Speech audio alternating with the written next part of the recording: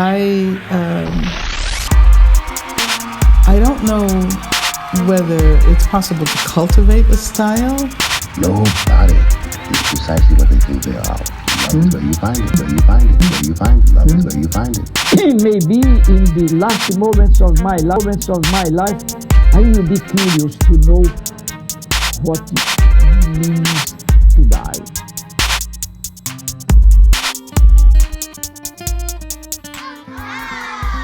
Welcome to Folk Phenomenology. My name is Sam Rocha. This is episode 4 of season 1, featuring Sarah Hogarth Rossiter on philosophy and math. Today's episode was recorded originally on March 16th, 2021. Folk Phenomenology is sponsored by Whip and Stock Publishers, who published my 2015 book, Folk Phenomenology, Education Study in the Human Person. The Institute for Christian Socialism, Building a Movement of the Ecumenical Christian Left. Solidarity Hall, Eden, plus Utopia. Revelation Cable Company, Vancouver Custom Cables and Pedalboard Solutions. Black Catholic Messenger, an online publication for Black Catholics. Where Peter is, there is the Church. The Juan Diego Network, Catholic audio for Latinos. And Commonweal Magazine, the leading lay Catholic voice for commentary on religion, politics, and culture. The featured sponsor for today's episode is Give Us This Day, daily prayer for today's Catholic. Give Us This Day is a booklet published by Liturgical Press out of Collegeville, Minnesota, founded in 1926 by the Benedictine monks of St. John's Abbey. The publication that they've been publishing for the last 11 years is entitled Give Us This Day, and it's an invitation to daily prayer for Roman Catholics primarily. I've been very proud to write a few reflections for them. I've done, I think, 2 assignments to date and just finished my 3rd, just sent that in. And I have really grown to appreciate the spirit in which the team of people at Give Us This Day works, and in particular, the warmth of Mary Stones, their editor, who first reached out to me last summer. My opening entry for them was on the Feast of Our Lady of Guadalupe from this past year. I was probably a bit sheepish, if not even a bit coy, about the identity of this podcast, and certainly its religious identity, and mainly whether it was going to have one or not. And as I did my fundraising for sponsors, but also as the show came together into interviews, I came to realize that there is a very real and undeniable spiritual and religious dimension to this work, as there is to my life and to my work. And so Give Us This Day not only fills that place in a very, I think, particular way, but they also did so in a very providential, we might say, way. I received a very edifying email from Mary that led me to invite Give Us This Day to sort of fill out our sponsors. And not only did they accept, but they accepted on the exact very generous terms that were left to be fundraised at that point. And so I'm just so very grateful and so very proud to have them on board. Be sure to check the show notes for links to Give Us This Day and to the other wonderful sponsors of the show. If you would like to support Folk Phenomenology, please share this episode, subscribe to the show on your favorite app or platform, and maybe leave a review or drop a tip. In last week's episode with Kaya Oakes, we delved into the poesis of composition and writing, to make language, to make words, and in that sense the world. And this week with Sarah Hogarth Rossiter, we move from language to thought. Perhaps this takes us into the world of spirit and the spirit of the world. Yet another chance to love the world. Dilexit mundum.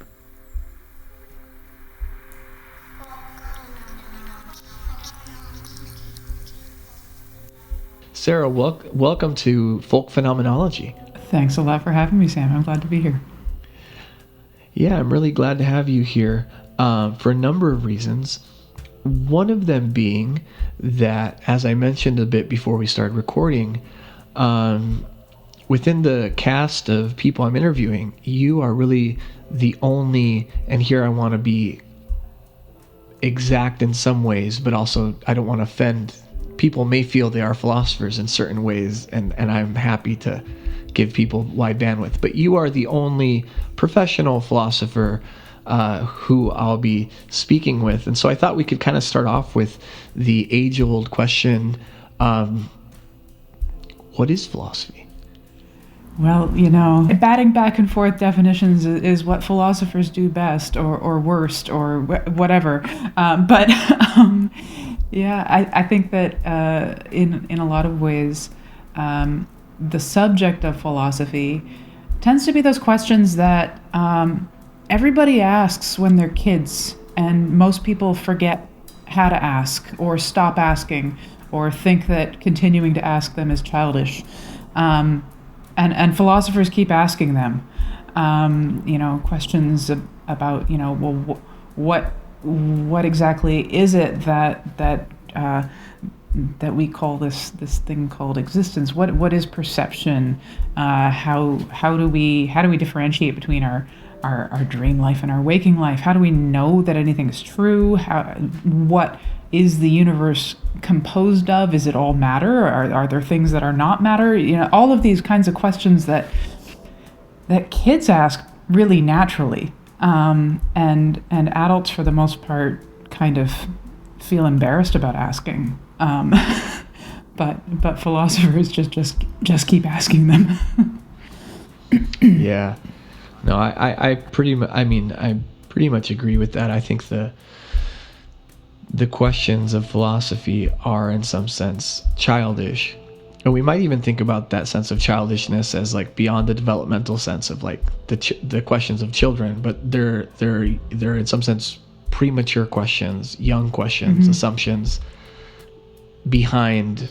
They kind of live in a kind of prefigurative space oftentimes, in the kind of not considered, or the I'm thinking here of like the question of being. Like it's probably not a good idea for adults or anyone really to walk around thinking about that question very much. Yet it's so obviously entailed in existing and being real and whatever it is that we do. Yeah, we live, right? It really gets in the way of day-to-day living if you only dwell on the philosophical questions. Right. No, exactly. I mean, it's funny you mentioned that, because as much as I am sympathetic to and pretty much agree out of hand with the description you offered, I actually find myself within my subfield where a particular approach to philosophy called philosophy for children, P for C, is very popular. I often find myself on a different side there, where I'm usually like, why would you burden children with the adult interpretation of the questions, which again I agree they come to you very naturally, but that often they engage with through literature, through play, through numerous other things that may not be as technically sophisticated as the professional philosopher's tool set, but strike me as being substantive ways for children to engage with them. In other words, I often say, like, it's not obvious to me why adults need philosophy. Why would we make children do that? I don't know what you think of that, though. Yeah, I mean, I'd like to know more about this sort of philosophy for children thing. I have a friend, someone I went to grad school with, who is now involved in doing philosophy for children stuff in Portland. Yeah, I mean, I think I agree that it seems somehow sort of artificial to take this sort of practice that happens organically in children's thought processes, and children's sort of asking of why, and trying to sort of impose a structure on that. Does seem to sort of perhaps do a bit of a disservice to it, but yeah. Yeah, no, I mean, I have a mixed head about it Mm-hmm. also, because I don't entirely trust myself that the interests I have are sort of like anti-philosophical, and I hope they're not anti-intellectual. Sure. But yeah, it's a difficult thing. Well, and you know, I think perhaps what part of philosophy for children can be doing is encouraging children to recognize those questions as okay questions to pursue. And I think, you know, part of the reason that so many people sort of grow out of asking these questions is because of the perception that these are not okay questions to be asking. And you know, children's endless whys get quickly sort of dismissed, or, you know, eventually their parents get worn out and tell them to just shut up, and just sort of accept things. But I think, you know, being able to tell children and young people and, you know, young adults, like the kind of people that you and I tend to teach, these are okay Sure. questions to ask. Yeah, I agree with that. I'm reminded of, because I do think sometimes there's different kinds of why questions, or different kinds of sort of problems that emerge. Like my sense of the child asking why as many times as they can is to actually interrogate that particular rhetorical thing of like, well, you're clearly asking me the question why over and over, and whatever answer I'm going to give you next, you're going to respond with why with. So I guess my question now is, why are you doing that? Like, are you trying to get at something that you really care about, or are you doing this because it's really fun and we're having a game? Mm-hmm. And if we're having a game, then let's talk about that. What are games? Like, you know, like to me, I think you can interrupt actually I was driving one time with my kids in the back seat. My wife was seated next to me, and we were going out to eat. Back when people did that as families, right? Another life. Yeah. And on the way there, the general instruction that was provided by my wife was that everyone is going to drink water. And this was a bit of a commentary on the fact that, you know, was it the most responsible fiscal decision for our family at that time to go out to eat? Sure. It was edgy, Yeah. right? Yeah. And so everyone's going to drink water. And my son in the back, Gabe, says, well, I recently learned that milk is 98% comprised of water, so I'll order milk. To which my other son, Thomas, his older brother, became outraged and said, this is ridiculous, Gabe. This is nonsense. You have to obey the rules, you know. And they got into this, you know, giant fight. And of course, I was looked upon as, you know, the philosopher who had to mediate this. And just to show you my work, right? Mm-hmm. And so my way of mediating that dispute was to say, well, look, when your mom said we're all drinking water, she didn't actually literally mean we're all going to drink water. What she meant is we're going to drink something that's free and doesn't cost money. Mm-hmm. And water costs money, and water doesn't cost money and milk does, mm-hmm. So we're all going to drink water. Mm-hmm. To which, of course, Gabe replied, well, what if they offered free soda? Could we just have as much soda as we wanted? And I had to say, well, no, but that would be for different reasons than the ones which were drinking, you know, water and not milk this time, mm-hmm. right? Mm-hmm. Well, first of all, like, how do you think I did? But also, I mean, more seriously, I think sometimes the why can sometimes be a rather almost unphilosophical set of excuses for almost not engaging and as in what's actually going on in certain cases. And I could be here venting slightly about the same P for C critique, but I don't know. Yeah. What's your impression? Yeah, I mean, sure, that it can be an element of sort of almost willfully talking past one another, right? And not actually not engaging charitably, I guess. You know, when you are hearing what someone is saying and and trying to interpret it in a way that fits your own devices, rather than hearing the intention behind their words.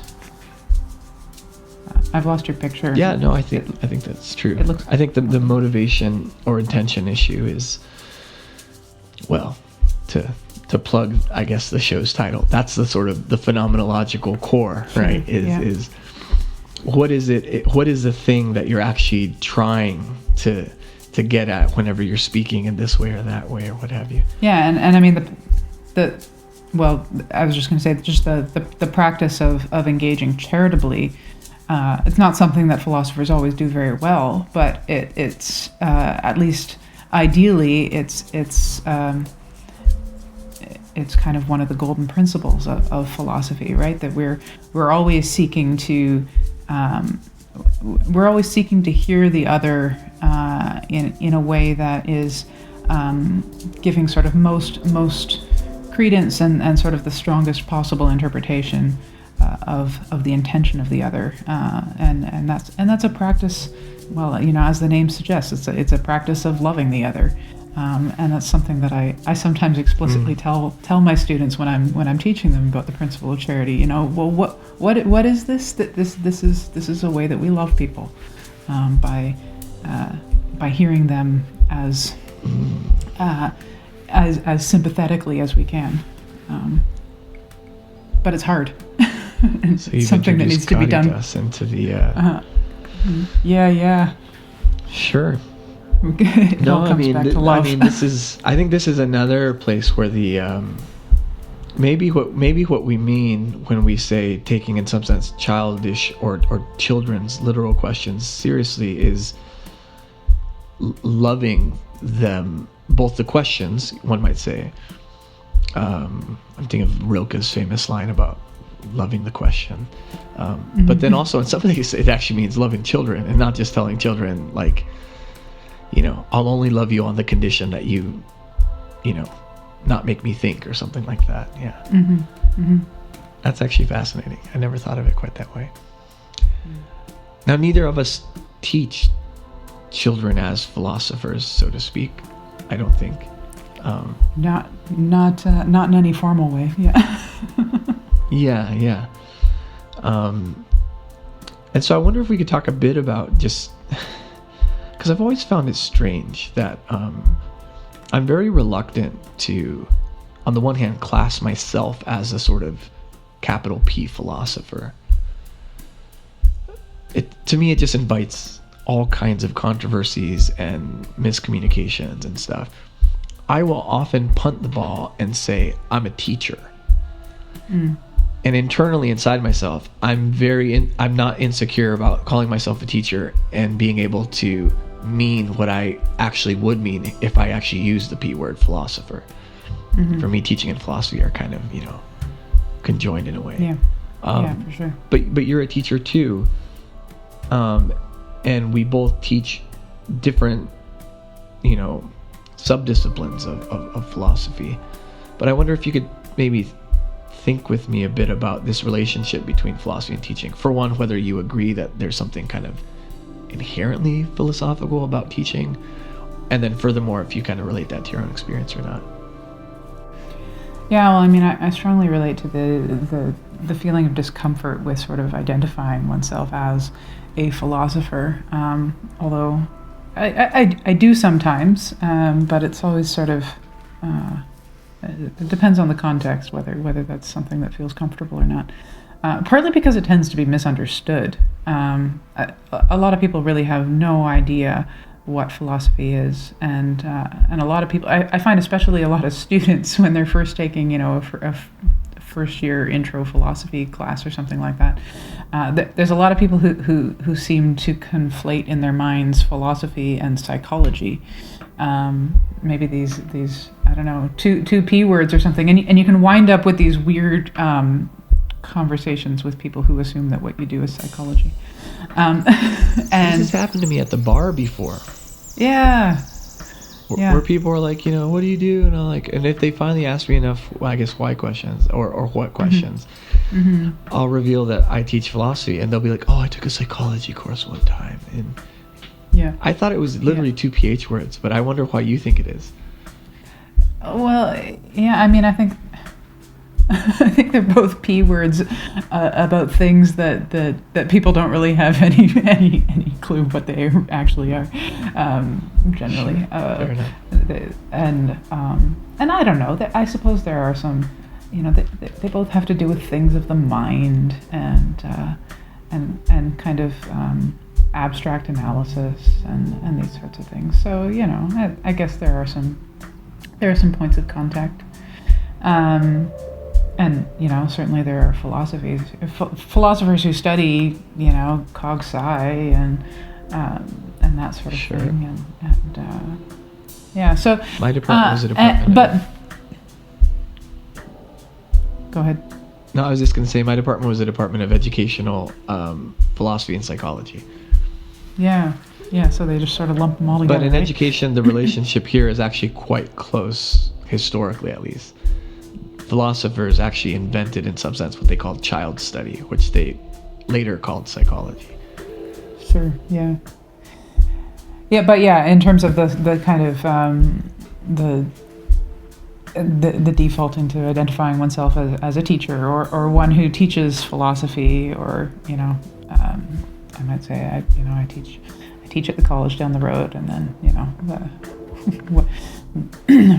what is it that I teach? Well, sometimes it comes out that it's philosophy, and it's usually a major kind of conversation killer, because people don't really know where to go from that unless they try to take it in the direction of psychology. But in terms of the connection between philosophy and teaching and the sort of inherent connection there, I mean, I think philosophy sort of exists in the realm of teaching, and I mean our kind of in the Western tradition, our sort of archetypical model of this is in the dialogues of Socrates, and the way in which he dialectically engaged whoever would sit with him for an hour and turn things over together, and it's a collaborative endeavor, and almost always happens sort of in the context of a teacher and student kind of grappling with something together. Speaking of Socrates, and I love I have to confess, I read Plato's dialogues kind of in the way that some might read scripture, in the sense that the stories, to me, every time I return to them, I find something new that's kind of funny or weird that's kind of not this, So let me share with you my latest discovery of Socrates as a character. Is that it's so, for instance, whenever he's him and Glaucon are coming back from the Piraeus at the beginning of the Republic, or in the Symposium, or in quite a few of Plato's dialogues, Socrates actually has no interest in talking to anyone. In one case, he's just walking back home after going to a festival, and in other cases, he's come to just a drunken dinner party, whatever. And he's almost has to be coaxed into talking, which then provokes someone, whether it's Thrasymachus or whoever. And this to me is actually kind of interesting, where on the one hand, there is the archetypal view of Socrates, who was just walking around the agora talking to anybody who would talk to him. But there's also Being a cases in gadfly. which he's kind of a reluctant. What was that? I said being a gadfly, annoying people. Yeah, exactly. Yeah, pissing people off, But then we also have the Socrates who's kind of not looking for trouble, just finding himself in the. Now maybe I'm being too. I tend to be way too sympathetic to Socrates' character, so maybe this shows how I'm a kind of a lazy reader. But what do you make of that side of the character? Well, I mean, when you're sort of describing that, to kind of draw the parallels with scripture even further. I mean, there's a sense in which, Socrates has often been read as kind of a typological figure in the type of Jesus, that he's kind of this innocent man who's executed. And you see that same kind of dynamic in reading the Gospels in terms of Jesus, sometimes just really trying to mind his own business and get some time for himself, and people just won't leave him alone, so I think that's a really kind of it's a fruitful tension, actually. Yeah, it looks like our connection is a little loose here. That's okay. So we're teachers, we're philosophers, we're reluctant to say we are philosophers, less reluctant to say we teach. I find, because I teach teachers the philosophy of teaching at some level, right? So one thing I find about teachers is, while it's fairly common to spout any number of the cliches about how every teacher is a student, blah, blah, blah, that it's not nearly as common that the teacher will actually use their experience as a student as a criteria of sorts for the kind of teacher that they are, or what have you. Like, it's, for some people it's more difficult. And I know that as a student, you came to philosophy through, one might argue, is a different discipline, or at least in the modern academic division of disciplines, it's different, being math. And so this to me kind of gathers a lot of things. So it takes us back to the whole philosophy of children, philosophy for children. I was referring to children engaging with, stories and stuff and everything. But my guess is, and I'd like to hear, a lot more from you about this, biographically, if you're willing. You came to it through, I don't know how exactly, but the subject matter of math is not what every child has come to philosophy through. But this is literally your path, as far as I understand it. Can you tell us more about that? Yeah, well, I mean, I think it's maybe not an entirely uncommon path. I know a number of quote unquote professional philosophers who had their start in a background in mathematics. But yeah, I was a total math nerd as a teenager. I was doing math competitions and doing team competitions, traveling for team competitions. The wildest parties I threw when I was 16 involved me and my math nerd friends in my parents' basement constructing models of polyhedra out of Bristol board to give to our math coach. So I mean, this is what I was doing as a 16-year-old. I wanted to be a mathematician. I knew that's what I wanted to be. That I was single-mindedly focused on that. And so yeah, in undergrad, I was doing a degree in pure mathematics. And between my second and third year, I had a little bit of a crisis of direction, I guess. I in that summer between second and third year, I had gotten an undergraduate sort of research assistantship grant thing, and so I was working with one of the profs on a project. It was probably a project that was a little bit beyond my current capabilities, and so it was frustrating from that perspective. But I sort of came to see in that summer a couple of things. First of all, how solitary and isolating contemporary professional math research is. That it's such a fragmented and specialized, hyper specialized field that, if you're working as a professional mathematician, you're probably working on a project that there might be, if you're lucky, half a dozen other people in the world who can even understand what you're doing. and that's sort of the degree of fragmentation, right? So I had a better sense of just how isolating it was. And the other thing that I sort of came to realize is that my love and my passion was really kind of classical problem solving, stuff that had been worked over to death, and that was not really live questions in contemporary mathematical research, and I wasn't all that interested in a lot of what was happening in math research, where even in the pure math side of things, math sort of has this division into pure and applied mathematics, and even on the pure math side of things, where we aren't thinking about how is this useful. We're just doing math for math's own sake. It's still very much driven by developments in computing and that sort of thing. And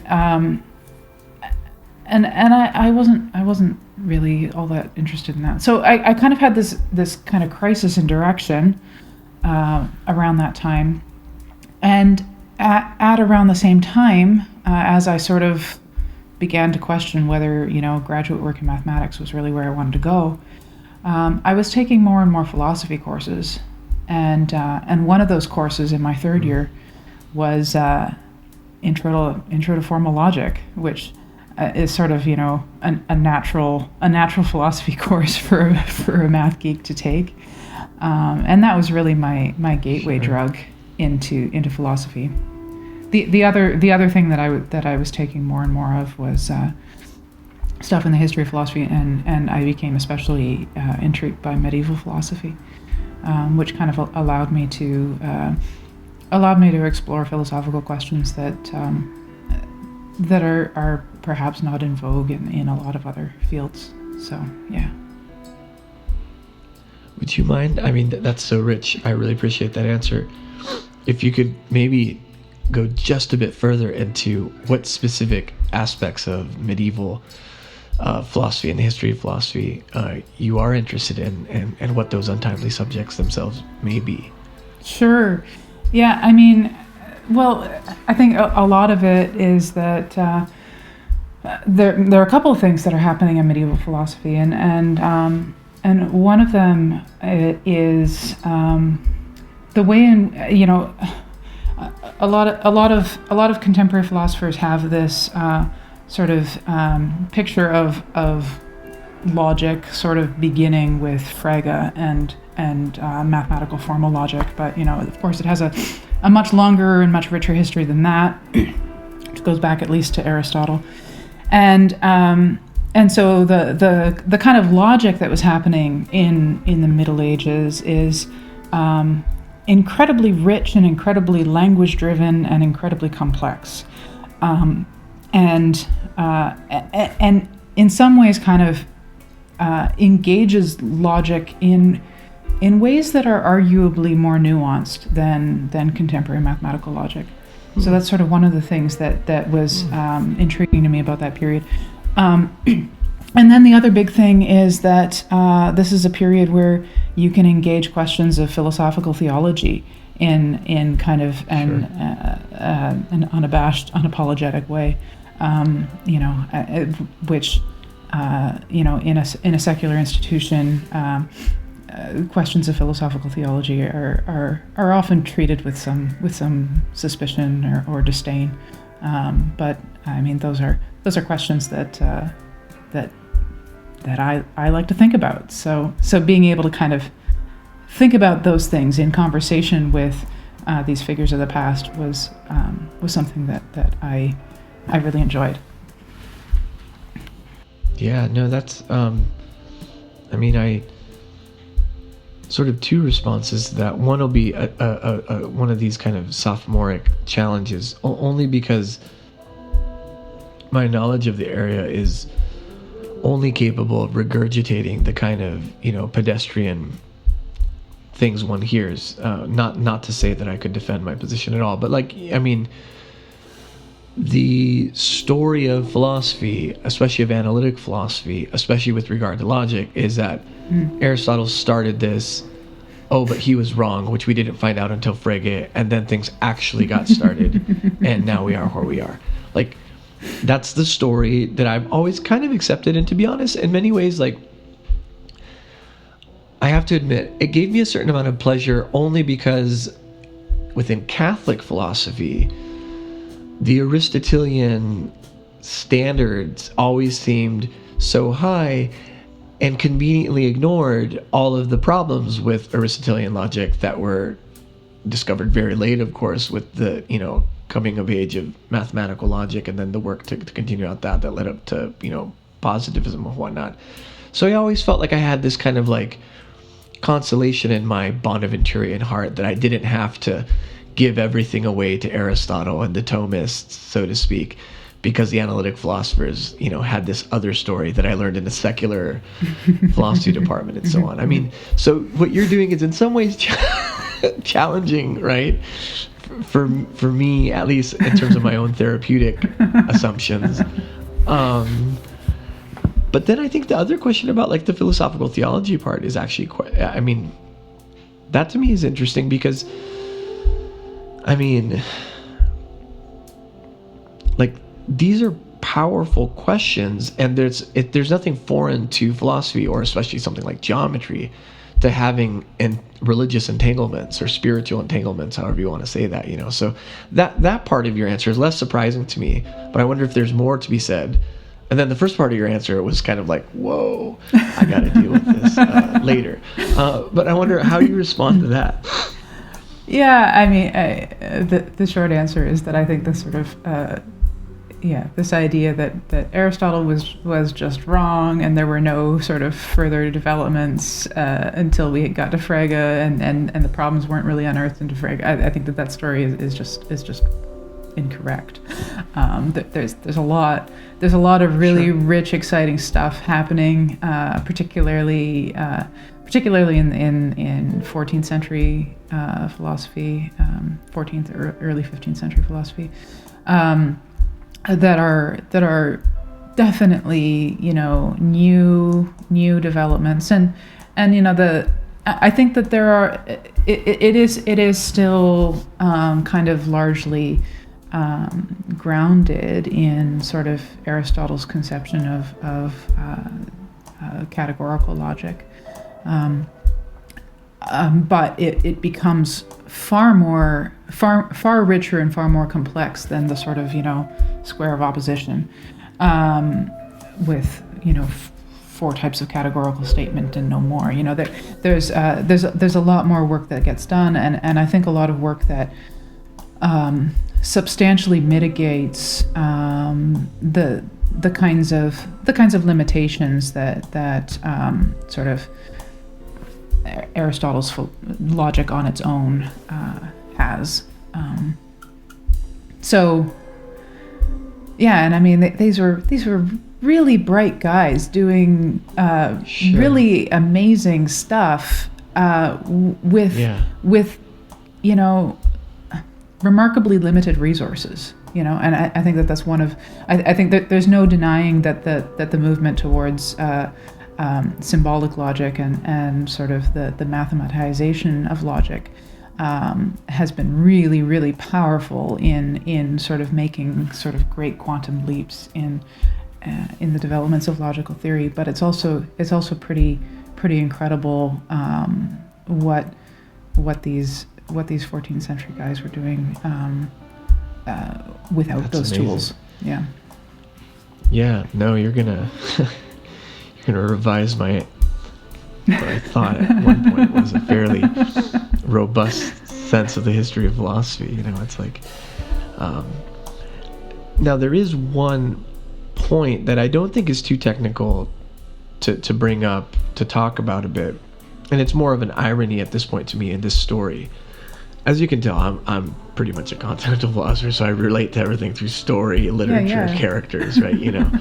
That's my vocabulary. But, like, absolutely, it's the case, I would say well before Frege, when we have the invention of calculus with Newton and like this whole turn, right?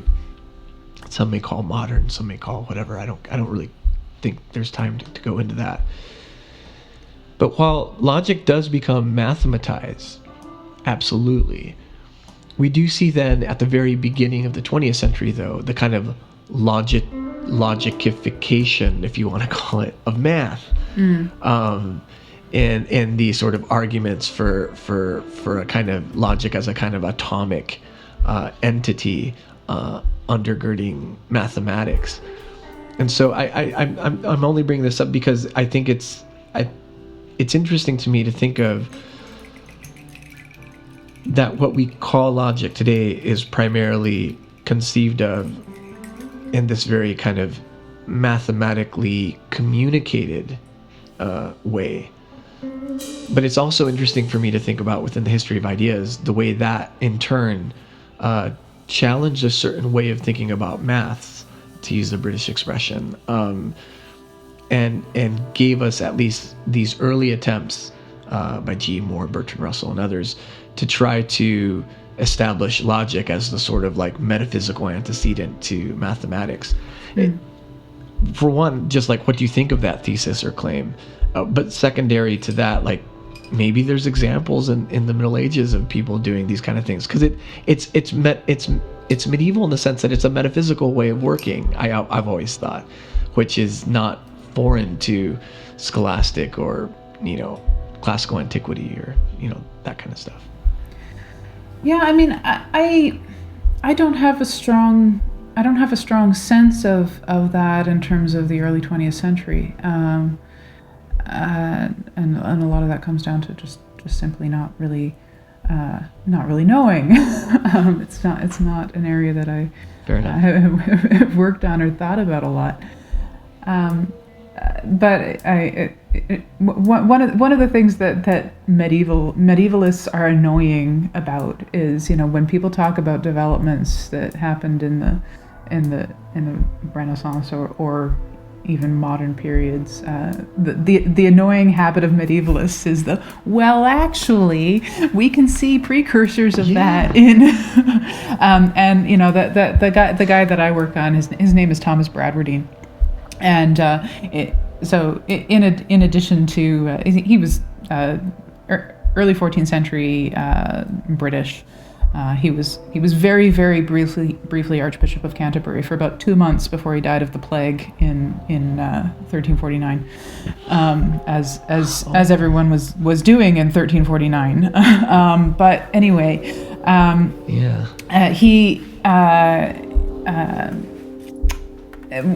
he was, in addition to being a philosopher and a theologian, he was a mathematician and a physicist.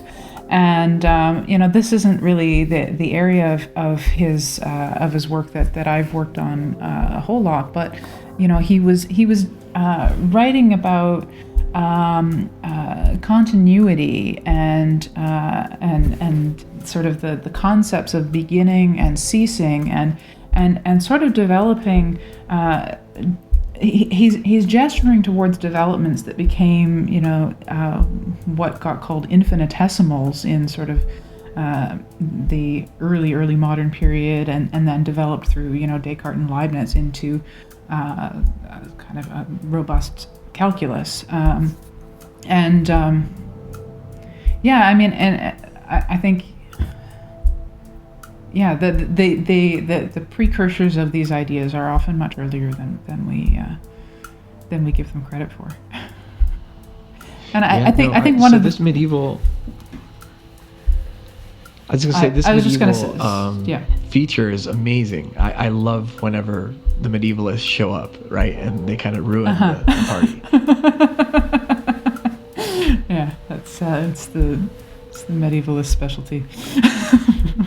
It's very Socratic. Bringing to light this sort of forgotten 1,000 years of history, which is really what it is in a lot of ways. It's just a No, it definitely is. Yeah. Mm-hmm. Well, maybe moving to a more accessible place for many listeners. This in some ways, at least gestures around an actual, like, first-person experience I had and the education of my own children. So early on, I even think I published like a very quick slapdash version of this on First Things, like, I don't know, maybe 7 or 8 years ago.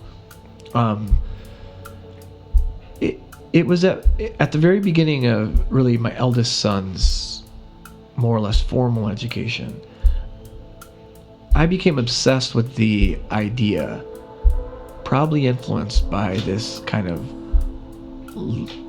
logic-heavy account of math, that in order to understand math, one should first understand some basic principles of logic, in particular to understand simple analogies, and very spatially though, like, we would use toys, and then there's these analogies for beginners as a dinosaur on the front, and need to kind of like detect what are real analogies and what are false ones, and draw lines and stuff.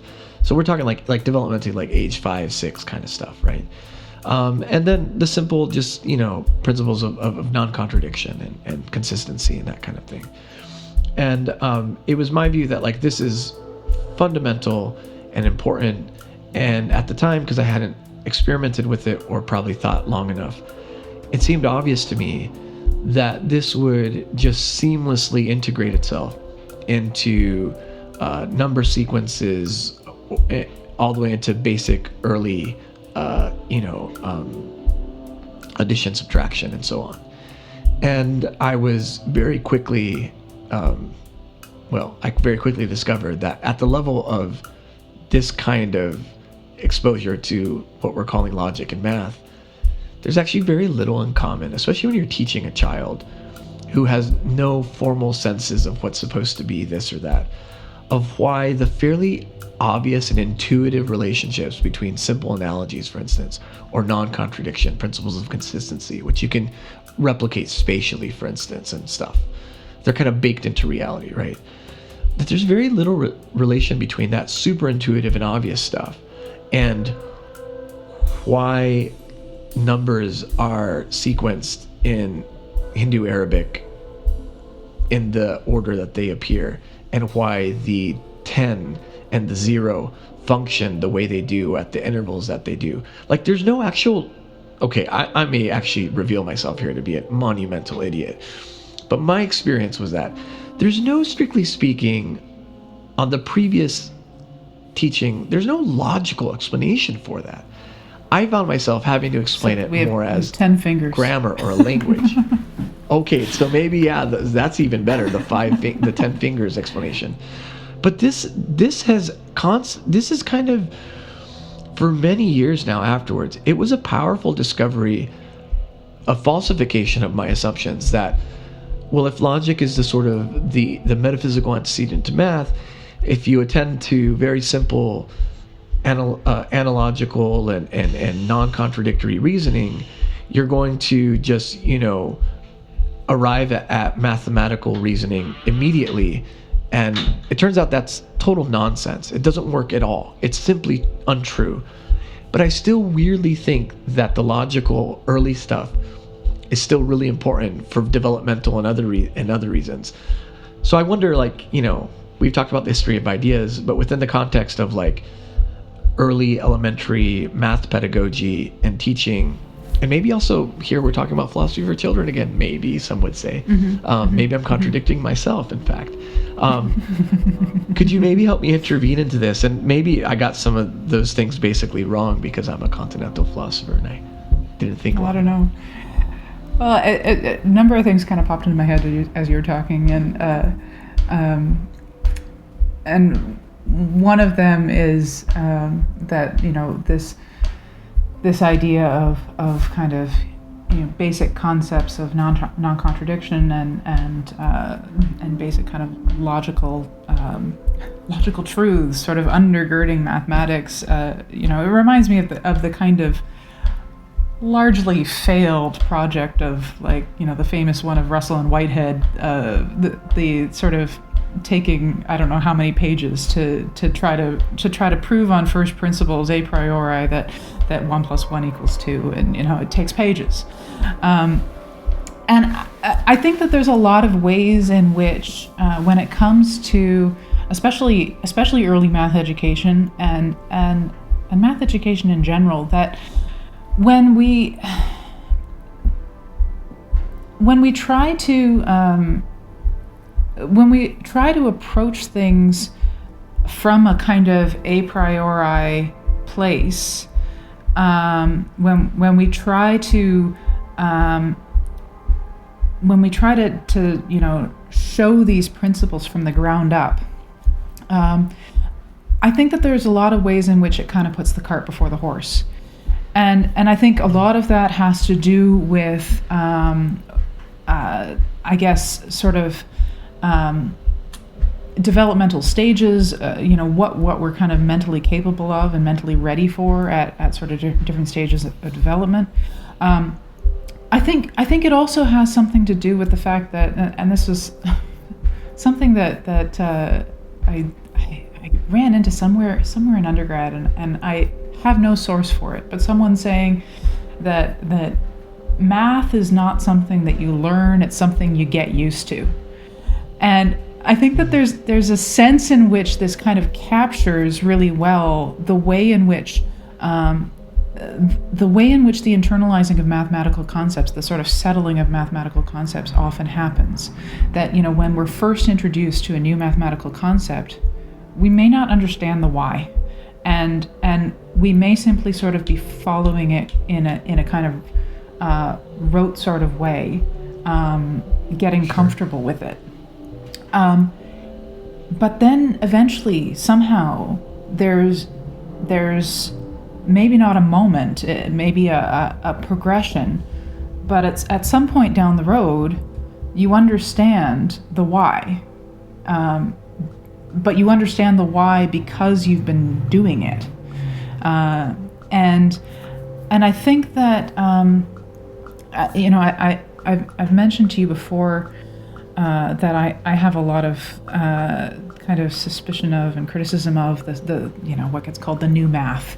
And, a lot of elementary mathematical education these days is really strongly focused on trying to get kids to really understand why they're doing the sorts of manipulations that they're doing. We don't just teach multiplication in a sort of rote way that you've got this number multiplied by this number, and you're going to multiply the ones digit by each of the other digits, and then put a 0 and multiply the tens digit by each of the digits, and then progressively do this and then add them all up, and then you have your answer, right? Instead, we're going to create this complex chart where you put the ones and tens and hundreds digits of the one number across here, and the ones and tens and down the other way, and then you're gonna combine all of the pairs, and then you're gonna add all of those things up, and it comes down to the same thing in the end. And the theory is that this way of sort of manipulating it in a bigger chart, in theory, enables someone to see better what exactly it is that they're doing mathematically when they're doing a multi-digit multiplication. But I don't think that at the stage at which kids are learning how to multiply, I don't think that they're necessarily conceptually ready to grasp that. And they'd be much better served by being shown, okay, this is how you do it. We might have a conversation about why it works or whatever, but whether or not you understand why it works, let's learn how to do it. And then you have this tool that you can apply. Okay, you know how to do it. Your confidence is built because you're doing it correctly, because you've been taught a method that works. And whether or not you sort of fully understand all of the kind of inner mechanisms, you've been given this tool that is going to unlock all kinds of other things that you can apply it to, right? And as you continue to use this tool, the understanding is going to come. Like I feel like it's not something that it's not necessarily something that is teachable in a way. You can sort of show it, but until the learner is ready for it, it's not gonna register. Yeah, I think that's a compelling critique of the new math, and also of what I think is sometimes, it's funny because this might be an oblique relationship that I'm making, but one of my earlier expressed concerns about P4C is this kind of philosophical overdetermination of thinking and understanding and conceptualization and all these, like, admittedly powerful, wonderful, and surely worthwhile endeavors. Yeah, to me it's not always clear, like surely there's other things in that, and also things that lead towards them. But I even want to say there might be things that are just good for their own sake that don't actually have to reach some kind of apotheosis of understanding or thinking or whatever. Like, fun is good for its own sake, I think. And if manipulating numbers, however unthinkingly, you find fun or you experience subjectively as fun, we could on the one hand say, well, someday that fun is going to turn into understanding. But we could also say, like, it's nice to have fun, and if that's how you have fun, then have lots of it, right? Yeah. Yeah, I'm into this. This is cool.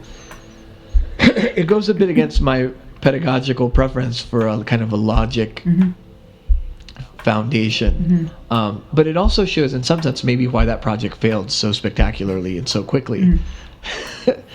Because there wasn't anything there. I've heard some people use the distinction between formulaic math pedagogy, so where you're learning formulas, versus like conceptual, where you're actually like thinking through things and what have you. And my sense is that what you're saying is that this dichotomy in some sense is a little bit like made to order to benefit the one who wants to do it with. Like, formulas are fine. Yeah. To the extent that they are useful. Exactly. Yeah. And Yeah. The one who has ears to hear, or the one who's ready to understand the concepts, will understand the concepts, and to the one who's not at that stage, well, they're gonna gain useful skills that are gonna allow them to have the kind of confidence to apply them in ways that allow them to enjoy it, one way or the other. My mom is a high school math teacher, and she does a fair bit of kind of remedial math work. And one of the things that's kind of a bit of a hobby horse for her is that she thinks it's really, really important to get kids, especially kids who are struggling with math. It's really important to get them to know their times tables, and to just have them, at their fingertips, so that multiplication is not a battle and it's not a struggle.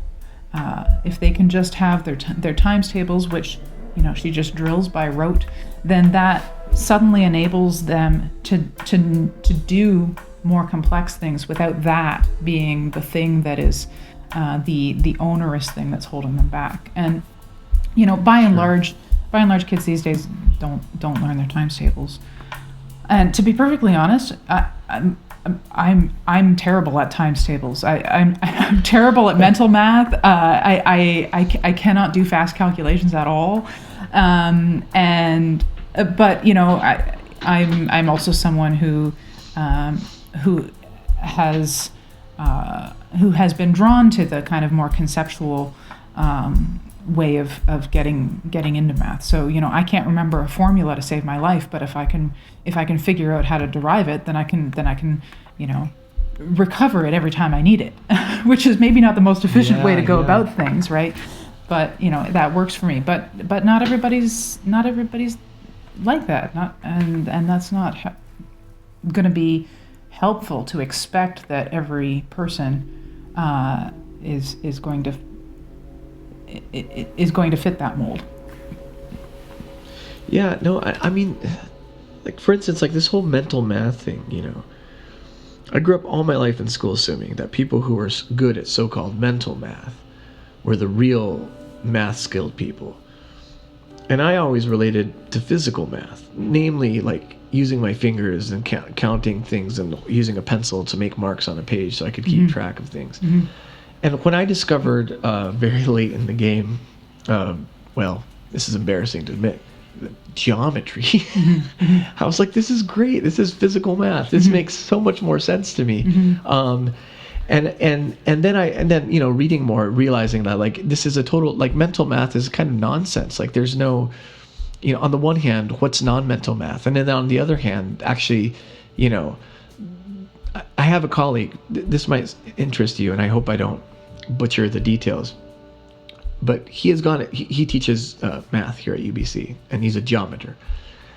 And he has a particular cognitive orientation to numeracy, that he is actually a geometer who's incapable of drawing shapes that describe or refer to the concepts. He's a conceptual geometer.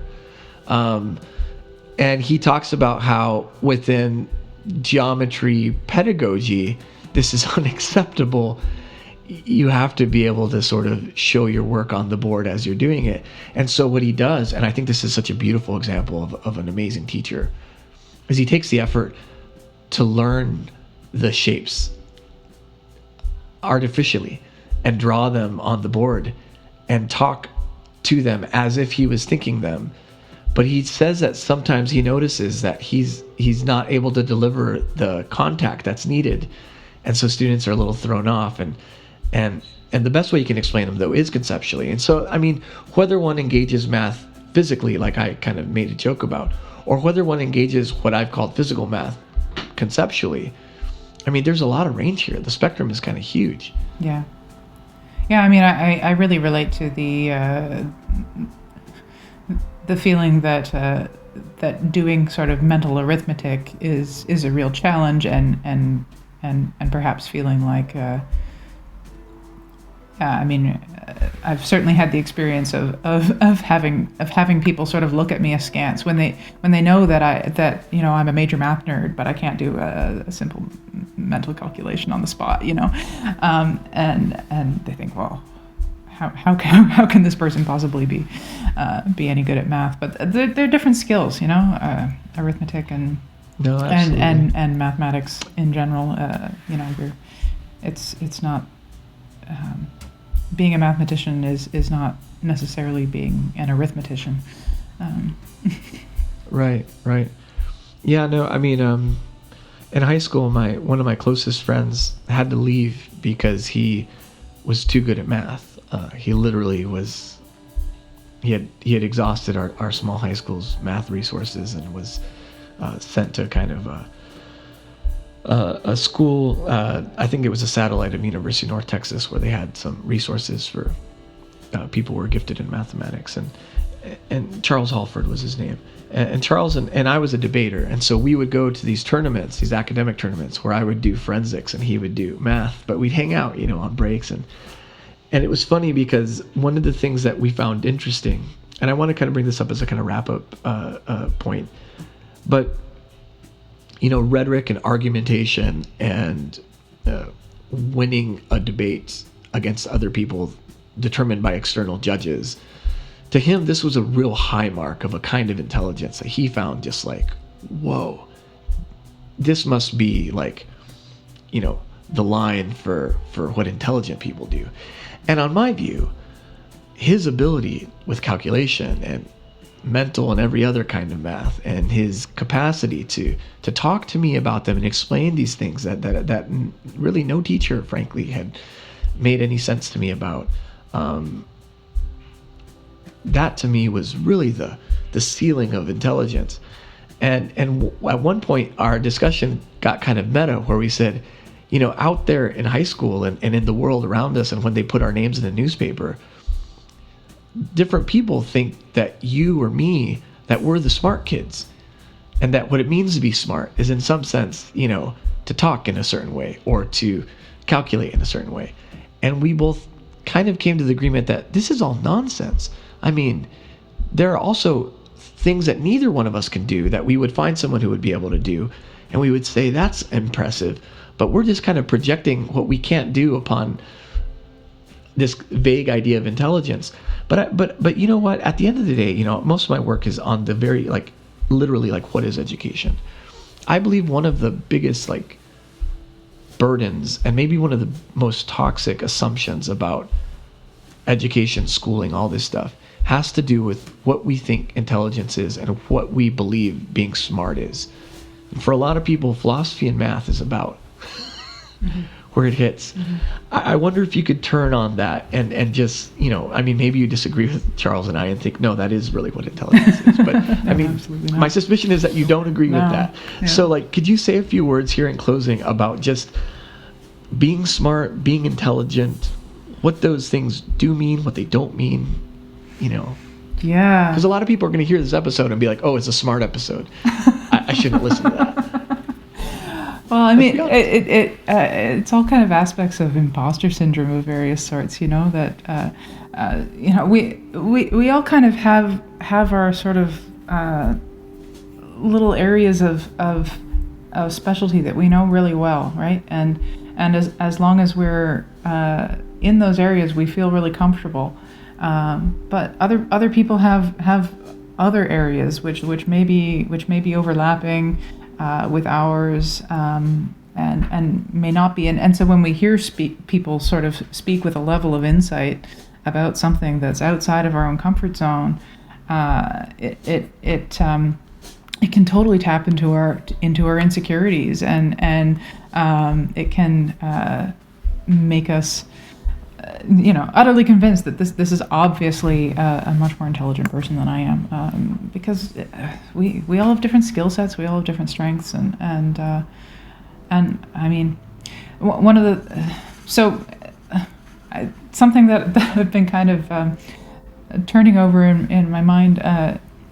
My husband Elliot has been reading a book lately, and I'm not even exactly. The book is called The Knowledge Economy, and I'm trying to read the author's name from where I'm sitting right now, and I can't. But one of the lines from this guy, I'm sure there are only so many books called The Knowledge Economy. You can look up the source later.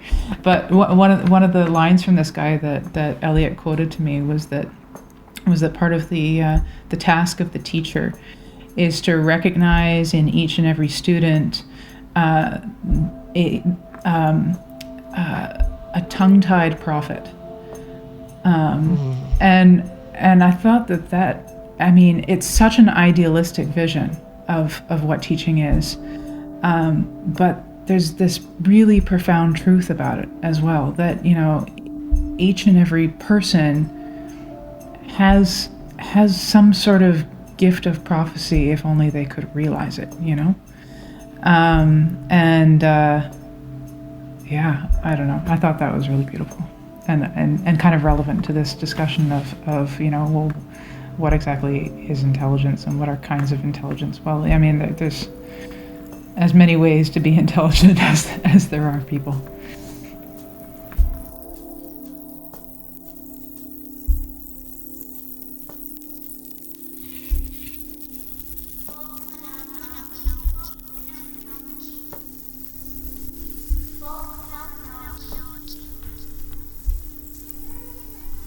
Thank you for listening to this episode of Folk Phenomenology, Season 1, and special thanks to Sarah Hogarth Rossiter. I would like to again thank my sponsors, Whip and Stock Publishers, today's special and featured sponsor, Give Us This Day, the Institute for Christian Socialism, Solidarity Hall, Revelation Cable Company, Black Catholic Messenger, Where Peter Is, the Juan Diego Network, and Commonweal Magazine. The friends of the show are the Commonweal Podcast, the Gloria Purvis Show, Disinherited Podcast, Davud Gozli, Up Too Late with Teresa Zoe Williams, Conversation on Tap, Saintly Witnesses, Kinder Conservative, The Show, Gregory B. Sadler, and Cush Classics. Please make sure to check out the show notes for links to the sponsors of Folk Phenomenology and also to the wonderful friends of the show. The friends of the show are really a number of people and individuals, first and foremost, with whom I'm literal friends with, who are producing media that I believe is friendly with this show, both in terms of having certain points of sympathy and also in terms of being media that I myself listen to and in certain cases have appeared on or will appear on.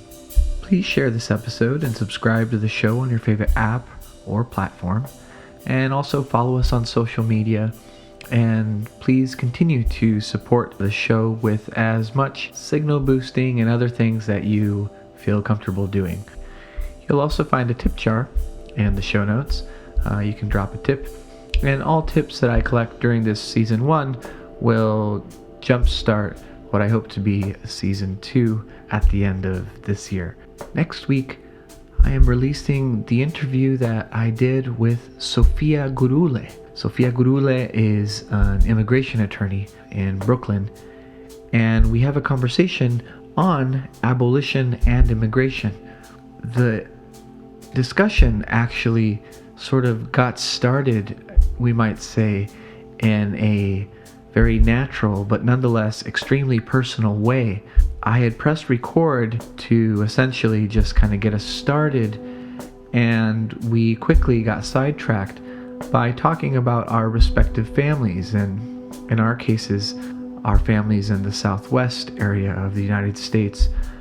And I found that the conversation grew very organically from those genealogical comparisons and contrasts and discussions into a wider discussion of the concrete work of an immigration attorney, but also the doubts and the struggles and the losses that come with that work, and the guiding spiritual, political principles of abolitionism that serve as Sophia's compass, and that I submitted to a bit of scrutiny, but also shared a great deal of solidarity with her on that.